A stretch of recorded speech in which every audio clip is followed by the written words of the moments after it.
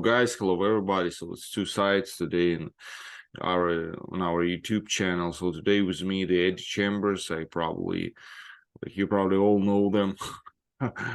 What is like you have a pretty bunch of title. What is your heaviest like one? Like what is the most? My, the biggest title I've won. Yeah. Uh, Honestly, I only got to a continental title, the USBA. But I was number one in the WBO, which I think is the NABO would be, that title too.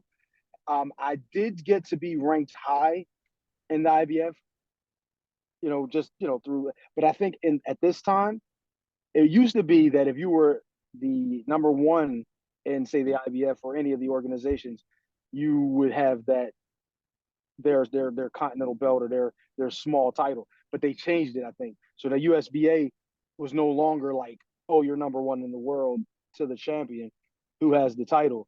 I think it was changed to now you're in like the top 10 or something. So I only had those belts. I did have one world title, but it was a really, really small title, and not a lot of people knew about it. And I actually never even got the belt for it, but whatever.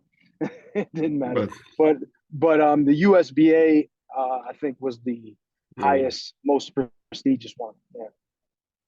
all right. So you came back. We know like rumors. You came back after a pretty long uh time you didn't box. So what's the goal? What's the goal of all of that? Why you continue like resume your career? And what do you expect? Yeah. Honestly, I just wanted to get beat up by you. No, no, no, no. But to be quite honest, I just want to get in, see how I feel.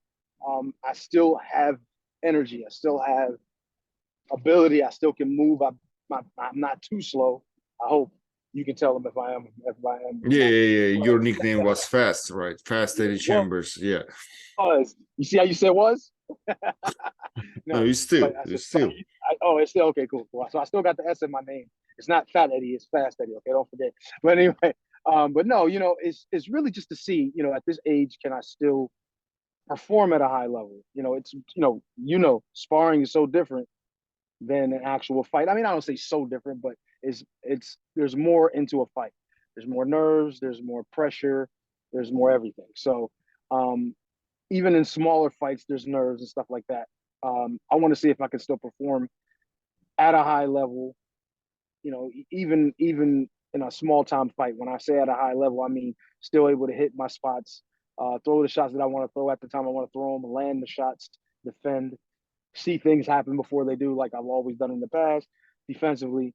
Um, all those things. If I can, and I feel like that my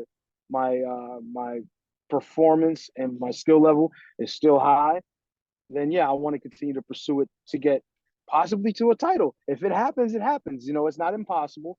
There have been 40-year-old champions who, 40-year-old world champions. So um, it's kind of hard to say where they on like such a big, break in between. I think actually George Foreman had come back later on in his career Look, after a long break. what I'm sorry, interrupt a little bit. Like, if be realistic, what guy you think like Mm-hmm. if you come back to the good condition, who you can beat and who you like realistically can right now? Just Right now, I don't even know if there is a realistic, like, for me to say, oh, I'm gonna come back and beat Tyson Fury or Usyk or Anthony Joshua or Wilder, any of these guys who are in and around titles contention, is a little unrealistic to say that without having an opportunity to actually be in the ring with somebody who's even talked about in that conversation.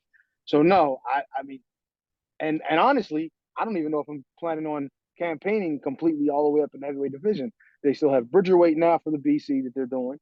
They also is cruiserweight. Cruiserweight, I can make cruiserweight easily. So it's like I'm just interested in, if I feel good and sharp, you know, can I still perform well enough to even win any title anyway?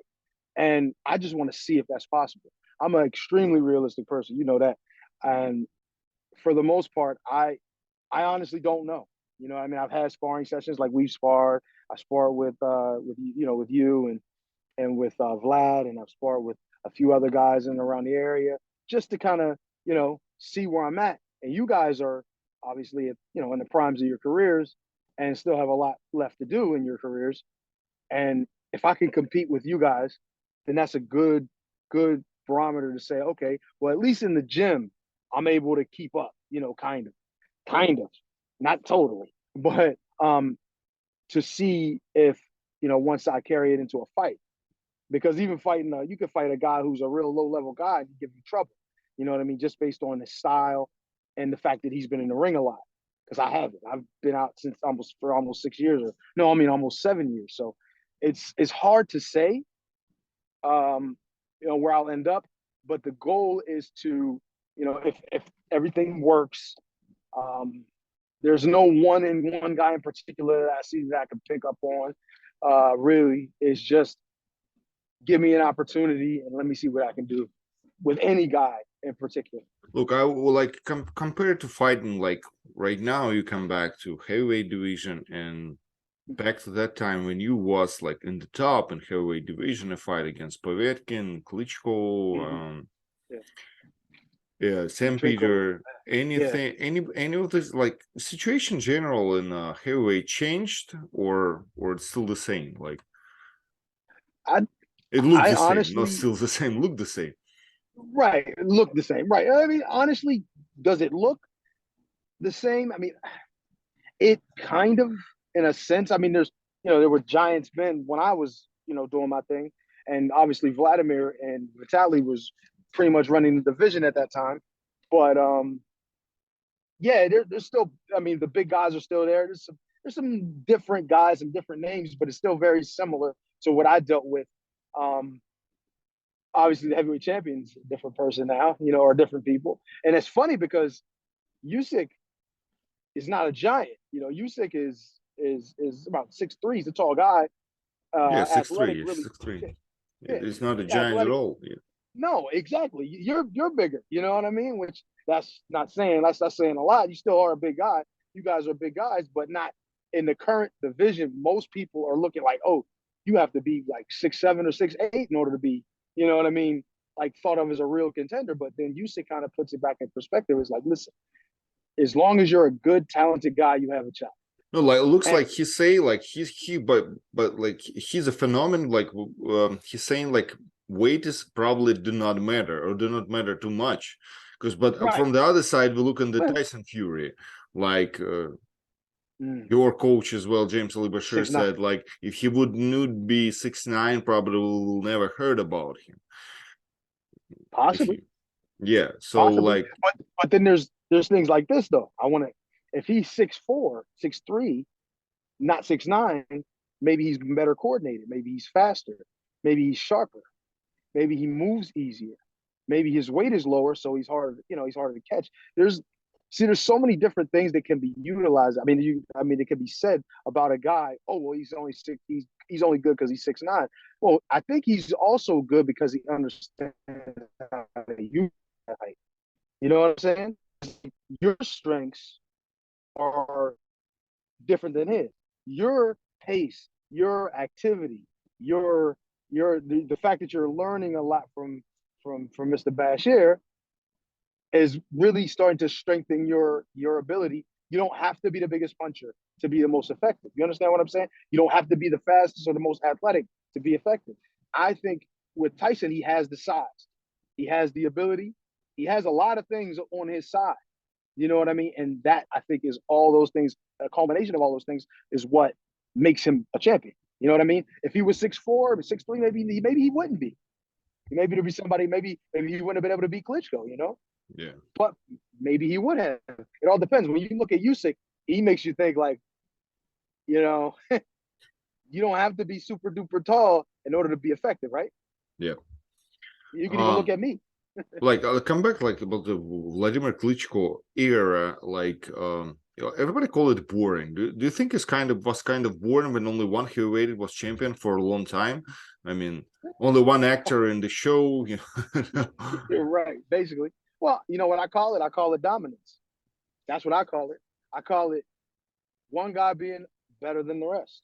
It's no, hey, look, one thing about guys and one thing about men yeah, it could be boring, and then the people stop paying attention. But that's people in the U.S. because they didn't have a heavyweight champion in the U.S. for a long while, right? Yeah. And that being the case, oh, it's boring. I don't know what the guy's saying. He doesn't speak English. Well, No, like Vladimir not did. only because that Does. boring, because Vlad Klitschko style was kind of boring. He dominate like not Sometimes, everybody, but in most yeah, cases, and he like it was just going one way, and everybody like well wherever. Like right, right.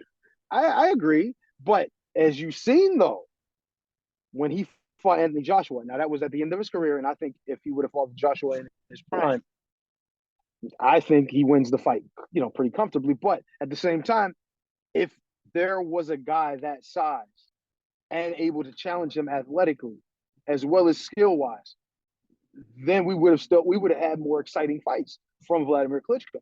It's just that he did what he had to do in the situations that he did them. It's like when you think about it, if you look back and fights with like Layman Brewster and even Samuel Peter, those fights were dangerous for him. You know what I mean? And it was a yeah, style matchup especially the too. first one. Right. Especially so when you think about that, it's like, well, it wasn't that he was boring, or it was the style that which he fought when he fought those guys that made it dangerous for him. It was when he got with Emmanuel and Bashir and those guys that he started to realize how to win at all costs. And yes, it might have made him a little less appealing to watch, but it made his career so much better. He is now a first ballot Hall of Famer, without a doubt, in one of the greatest heavyweights of all time, because of understanding that it's not always about how exciting you are. Sometimes it's about how you got look good the next time, win this time. Yeah. You know, Yeah, look, like after Klitschko, we thought like Joshua gonna be kind of dominate, but Usyk beat him up. Did you watch this fight? What you can say about it? which with Joshua and Usyk. Yeah, Oh man, I mean, you know, I picked this is what I said. I said the way that Joshua has to beat Alexander Usyk would be he has to be the boss. He has to be the dominant, big, strong champion.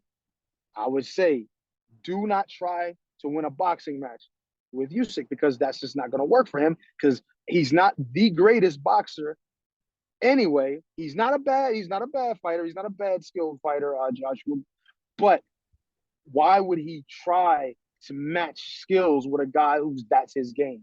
He's smaller, he's faster, he's more coordinated. And in that way, he understands the boxing game from his standpoint in southpaw. All these things, an advantage he's had in that way. Why would you fight him like that, right? yeah. And Maybe I was thinking about it like as well, like why he boxed him like two times. Like first time didn't work, right? But you try to do the second time, and why, why he, Igor? yeah, why he didn't try to fight with him, just fight, just slug. But maybe other way he just can't do that. Sometimes, and I agree with you on that. Some guys are just set in their ways, and it's hard to adjust with their, the way they move, the way they do things. But with a guy like him, and I said this in the first fight, I said if he doesn't storm, like try to just storm the storm the ring and just run through him and literally just try to pound on him, hit whatever you can, hit his arms, hit his not his legs, but Like you know, Chisora did, right? Chisora did a they better fight. exactly. But once again, like you just said, maybe he can't do that. Maybe his style is more predicated on certain skills, and but he just didn't have enough to compete with Usyk in that way. So, and this is why I said if I would have been his trainer or if I would have been in his camp, I would have said we are fighting a 6, 7 round fight. You are going to be as strong as you've ever been. You're going to be working on short, hard bomb combinations, whatever. We're going to get you to be a destroyer. When you hit him, he's going to know he was hit. And I don't care where you hit him, as long as you hit him. That would be my plan because we can't go into a fight with a master boxer and we're just, basically regular level pro. Like you can't do that. You got to go in with it. You got to have a game plan that is going to be for winning. And I just don't think the game plan he had initially, and even the one he had with Roberto Garcia, I don't think either one was the game plan he needed. I think he needed to go in with the idea of being aggressive, show your dominance, be stronger, be bigger. Sometimes you got to do those things in order to win. It was like the way he fought Andy Ruiz the first time and get him getting stopped is the way he should have fought Usyk. He should have went in there with the idea I'm gonna knock him out, and that's it. The thing Yeah, it with looks like he Andy chose the Ruiz, option like of after second fight with Ruiz, like he like found his yep, own way, right? And like yes, I just want to box like this. right, It's safe, good, and yes, yep. do And you it's think and maybe just something break inside him and he like just like psychological? could be too. Yeah, could be too. And All what right. happened is, go ahead, go ahead. So like I'm listening. I like we finished with Joshua. Uh, so right now the Usyk probably much better, probably definitely much better. And only one way, well, other guy who's might be better is Tyson Fury. Who like what is your forecast if this fight ever happened? Mm, if that fight was to happen, that would be a fight I'm interested in as a boxing fan. I don't think it to be that exciting. I think it would be a lot of feints, a lot of good boxing, but it would be a boxer's fight to watch. And I think that Tyson would probably not be.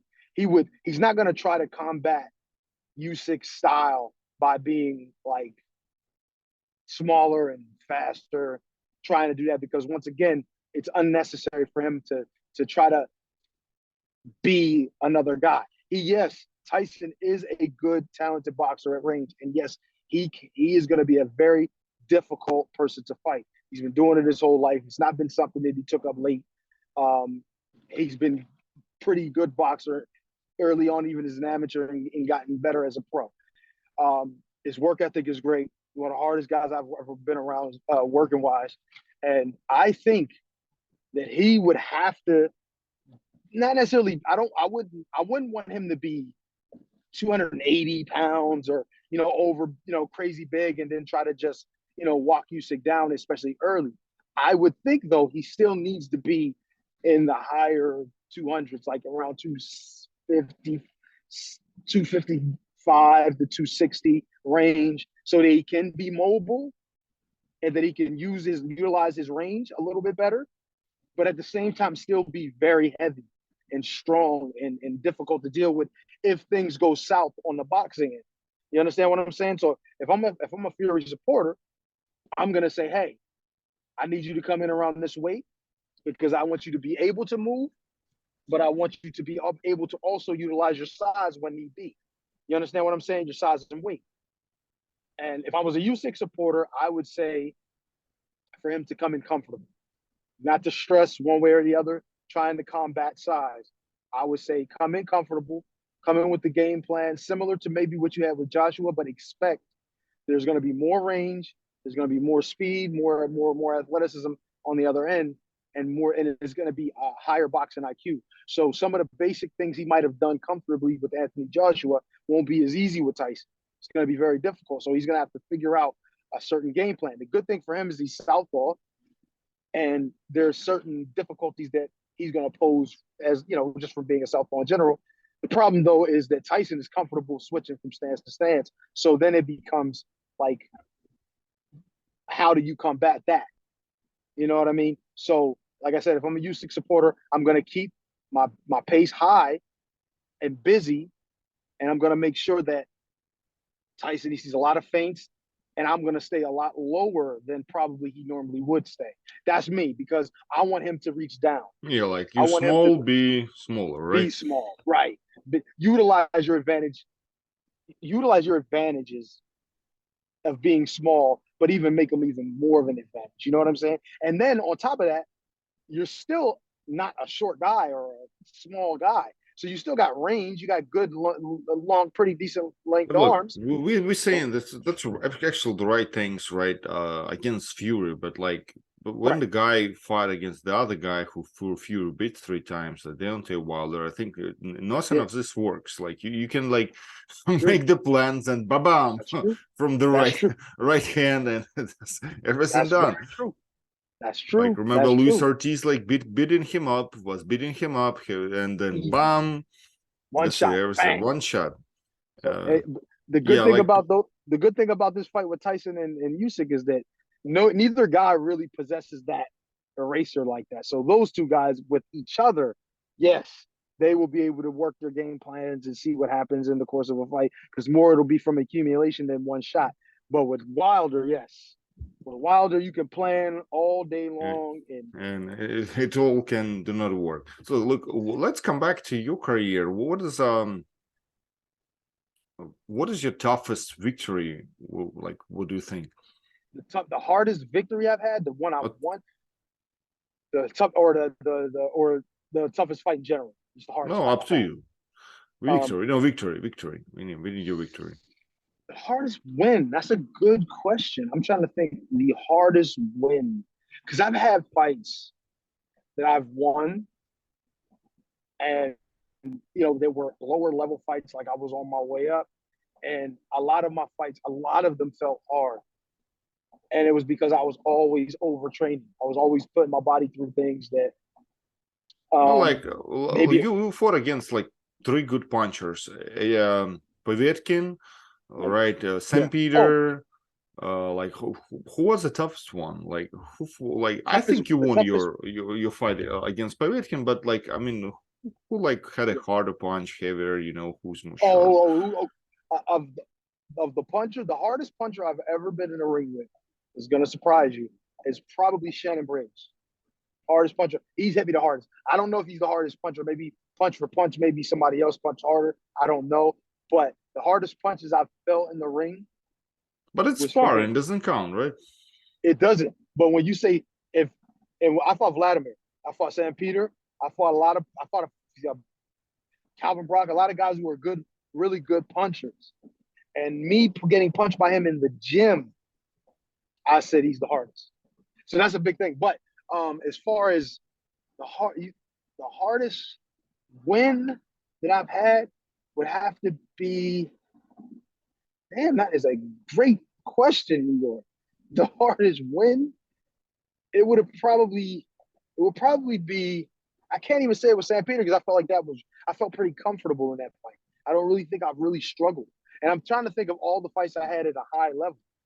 Maybe the most difficult in the terms of like scoring, if you look at the scoring, was maybe Calvin Brock because it didn't really make me feel like I was overly tired or worn down. I didn't really have a lot of adversity to go through in that fight, but I guess the fight was close. So I mean, but I just really most of the fights I've had that I've won and I've been in complete control. Oh no, I got one, and it was because I was sick. There was two actually. Both times I fought Derek Rossi were hard for me. The first time I had the flu. The second time I don't know what it was, but I was super weak. I honestly got in the ring thinking I don't know what the hell I'm gonna do in this fight that is gonna keep me on my, you know what I mean, to keep me is gonna get me to win. I literally was just fighting off of all heart. And I mean there was some skill obviously, but mostly heart because I had almost nothing. I really did. So if you're gonna say that, yes, there was adversity there because I was so weak. In the second fight, in the first fight, I had the flu. So if I'm gonna say the hardest two wins, those were very difficult wins for me. Even though they looked pretty comfortable, they were hard. Look, I'll do you. I know. For me, like minimum two fights. Like what I thought you definitely won. It's Tomasz Adamek and Oh yeah, Alexander Povetkin. Like you really? definitely. I think you beat this guy. Like you won by scores, and like decision definitely wasn't in your side, but you Well, think why they did that? I mean, it's like it's corruption. It's what it's like promoter games. It's like yeah. why did it happen? Well, if with I can tell you specifically for the uh, fight with Tomas was because he put more butts in the seats. Simple as that. He was more popular. He was going to be the one that they could kind of get behind and, make more money with.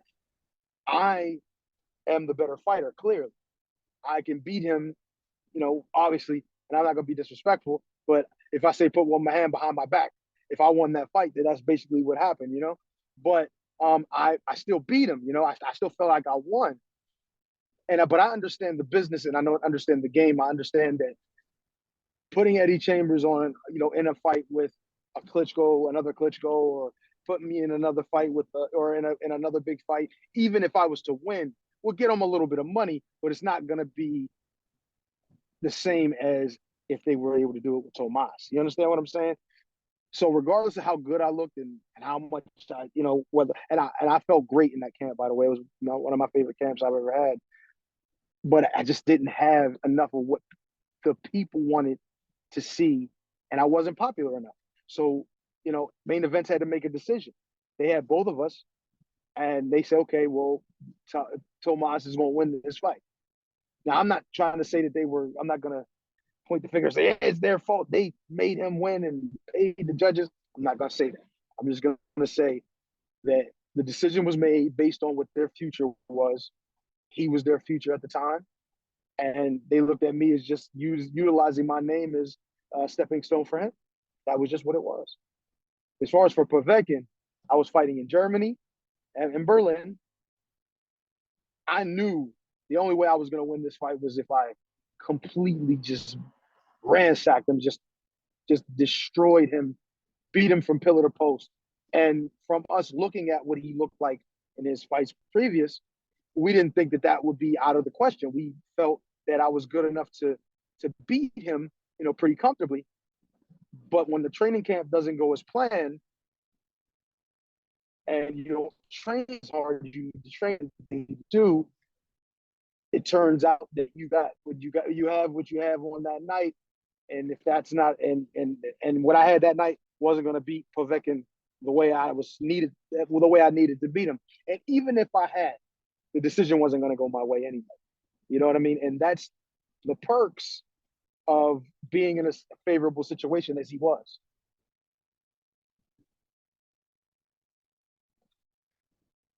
This is going to be a lot. I know.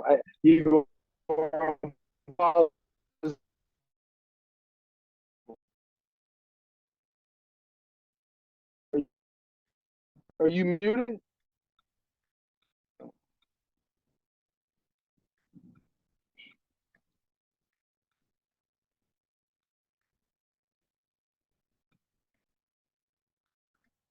I think your mic is muted. Yeah, it's true. Sorry. I think there are Yeah, see? other UX opponent. Let's come back to that. Was Vladimir Klitschko, and he there's rumors he wanna came back to the ring, and beat up the George Foreman record. Have you heard about him? Do you think it's real? You box against him? What do you think? I think he's capable. He's the kind of guy who's extremely dedicated and disciplined. I couldn't imagine seeing Vladimir walk in a room and be fat. I just could never imagine that. So I think it's possible if he wanted to come back at 45, 46, or whatever he is, it's conceivable that he can do it. Because But you think he can beat Fury? You think he can beat Wilder right now in his condition? I don't think Fury. I think we've seen that fight, and he's even older now. I just don't think it's realistic for him, especially right now, to think about that fight. I do though I think Wilder's a dangerous fight for him. I think it's a really dangerous fight for him because Wilder's right hand is just, if he hits him, if he hits anyone, Like we said before, yeah, it doesn't matter. We can predict. Yeah, and that's for me to say, I don't think Vladimir will ever get hit by him. I don't know, or let's say it like this: whoever gets hit first, because we know Vladimir can knock a wall down too. So if he hits you with that right hand or that left hook, either one, he can knock you out. So it's whoever lands their shot first. Fortunately, right now, for like if Vladimir wanted to come back and win a title. Fortunately, there's I don't Wilder doesn't have a title, but the two guys that do have the titles right now, well, there's three titles. One Daniel Dubois has that would be the one I would attack if I was Vladimir, and I would try to get that one first, and then maybe if And then he yeah, and then decided we'll that's then it. see. But that doesn't say that Dubois is not a dangerous fighter because he can crack. He's not a bad fighter. He's a He's good, not a but bad like fighter. we're still thinking it's right. We're talking like he's not a level of Klitschko yet, at least yet, right? Right, right. So we would expect that would be the easiest one for him to grab. All right. But What is I, your I gotta admit, like you said, how look your pound for pound right now? Like what is like best top three boxers right now? pound for pound, top Yeah, three. I mean, you got to put Canelo in yeah. there as one. But What's he lost to funny? Bivol, so does it matter? Ah, now you mood. Now you mood. Sorry, That's sorry about fine. that. But So yeah, he doesn't matter. lost to Canelo Bivol. lose to Bivol, you anyway put him on the first place. I still not first. I don't even know if he's first on the list right now. It's hard to say because there's still he was out of his weight class, and he's been doing that recently a lot more. He needs not to do that too much more. He still wants to rematch with Bivol. I think it's a tough style matchup for him, no matter what. Probably the second fight will probably be closer. I don't know if he can beat him. He's too big and he can take what he has to offer. Canelo would have to change his style a bit with Bivol, and I don't know if he can. But at the same time, I still think Canelo, pound for pound, is still one of the best, if not the best, out there on accomplishments. And if you watch some of the things he's doing, obviously in the ring, he's really capable. The loss to Bivol, of course, that makes it a little bit, but not really because, like I said, he was out of weight class, and that's the benefit of doing stuff like that. When you fight out of weight class, if you lose, even when somebody expects you to, it's like, well, he was kind of fighting out of weight class. But then there's him. You got to really put Usyk in the conversation too. I was always I'm always looking at Tyson, and I'm thinking Tyson. You got to say Tyson is. He's done a lot in the heavyweight division, but even though he has done some things and he's been a lineal, he's beat Vladimir in the past. He's beat Wilder and he's beat a few other guys. He's obviously done his thing, but Usyk has unified the cruiserweight division. He is now unified champion in the heavyweight division. He's beaten several guys that are named top level guys. You got to put him in the conversation. And then you got Inouye's out there. You got Terrence Crawford, Earl Spence's out there. Man, I'm but it's there's some guys out there right now. There's even those in the 35-pound, 30-pound division. There's some guys. You obviously still got But like, I look, can't get his name out. Crawford and Spence look like never gonna fought against each other. I mean, that would have like, been awesome. That's the fight everybody wants to see. Yeah, this fight was everybody wants, but it like looks like not gonna happen. Do you think it's kind of crisis of boxing right now? What's happening? Like two best fighters, they can fight against each other. Like it's not like I think if it was up to those two fighters, 100%, they would have fought already. I think there's a little bit of ego on money. I think there's more than just that. I think there's also ego on I think ego is on display too much in this fight. And I think both guys, I admire both guys. They're good fighters. They seem like they're good guys too. But I think they need to put the egos aside and make a fight. But do you think it's just about them? It's not about promoter or somebody. I think if it was just them, it was between them, they would have fought already. You know what I'm saying? If it's two fighters, they're gonna like, man, I'll beat you. I'll beat your ass. Hey, I'll beat you there. And it's like, no, It's like we gonna fight then. Let's fight. Matter of fact, we don't even need the cameras. Let's have a fight. No headgear. Let's rock them out. They would do that, but the people around them know that there's something to sell. Don't take that money. Nah, man, he need to come here. Nah, he needs to do this. Now this is what. So instead of the fight being made, they're putting blame on each other, and it's really they don't need to There's a fight him bad right now. connection. Like fight him later. Why don't you just fight this dude, win the fight, get a couple money. Oh, sorry. Yeah, that's fine. Can you hear me? Yeah. So sometimes it's stop, Okay. sometimes continue. Yeah. Yeah, I got your point. I'm agree. It's like Right. It was enough. kind of crazy. Yeah. All right, and let's by the end, like, let's talk about the thing. I think I don't want to miss that. Like, what about the coaching and training? Because like we see some boxers like what's the kind of success of trainer and success of training? Because like I like you like been in bunch of camps, right? As professional camps. And like in one camp, what I wasn't in it a lot, but what in one camp I see like some like champs, really tough guys do a lot of things, and the other camp no, like just Backing up. particular things just over and over again. And Yeah. like for you, like what do you think about it? What's the best camp you have ever done? What do you think like the professional boxer have do there? They have to run, they do a lot of like I don't know, gymnastic stuff, or they have to concentrate on boxing and do a lot of sparrings. Like What do I think? I think it should be a good mix of old and new. I think one thing I learned, the hardest training I've ever experienced has been in camp with the Fury camp, and that was and it got me into like phenomenal shape. I was strong, I was fast, I had weight on, I was capable. which fight you gonna prepare in Fury camp? Oh, when I was there, it was smaller fights. We tried to get big fights, but they just never came.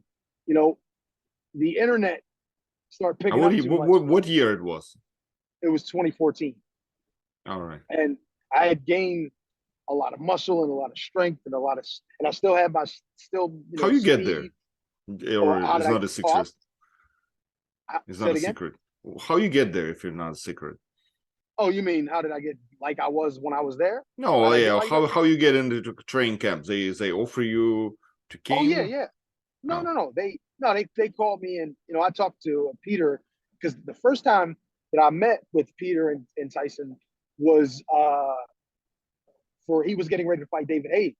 And that fight never happened, but I went to camp and was training with him. And Peter saw me and he liked what he saw. And he said, how come you don't have titles? How come you haven't, this and that hasn't happened? And it was just, circumstances and things like that. And he said, look, come train with us. We'll put you up. We'll work with you. We'll do everything. We'll get you the best of everything you need.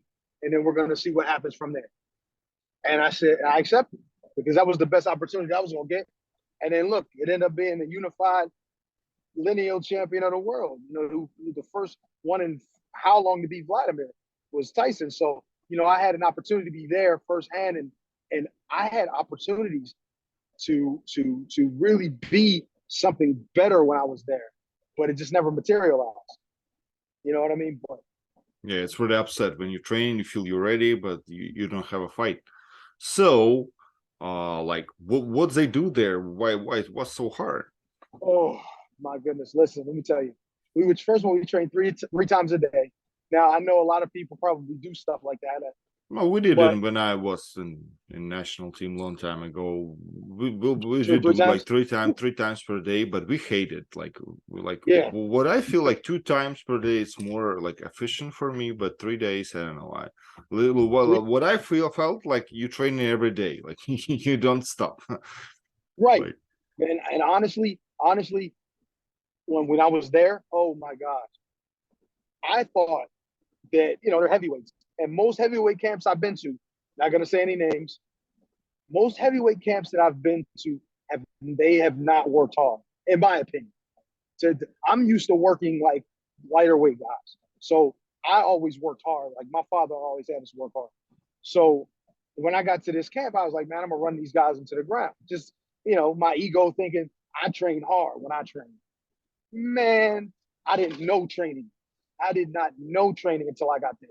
And what I mean by that is, like, I've trained, great before, but the level of intensity of every workout was on 1 million every time. And the thing is, too, we didn't work out for very long. The morning workout was generally 45 minutes to an hour. The afternoon workout, depending on whether it was lifting or cardio, was about the same, maybe an hour. And then the boxing workout was maybe an hour and a half. Every workout was ultra intense. There was no breaks and no sitting around, no talking for 2 or 3 hours, just, you know what I mean, wasting time in the gym. No. When we got in that gym, it was work time. The moment that clock hit 7 o'clock when we was in the gym or whatever time it was, we were working for that hour and a half, either working or sparring. And it didn't take long. That's how we did it. And that's why when I look at Tyson and his rise, I said he's one of the hardest working heavyweights I've ever seen in my life. I didn't think that anybody would be able to outwork me like that, workout wise. But he outworked not only me, but he outworked everybody. And that's why he is where he is. Yeah, work hard, train hard, and Yeah. maybe if you will not break, right? If you're not going to be overtraining, you'll be the best one. All right. And that's the thing. You got to make sure that you train at the right level. You know what I mean? Yeah, that's true. Okay, thank you so much, Eddie, for the good interview. Hopefully I'll see you again soon, right? Yeah. Good luck in your next fight. We'll wish. Thank you. It's going to be January 6th, right? Yeah. All right. Yeah. I'm glad you know that. All right. Thank you so much, guys. Thanks everybody who has been with us. Thank you, Eddie. See you soon. My man. Yes, sir. Bye-bye.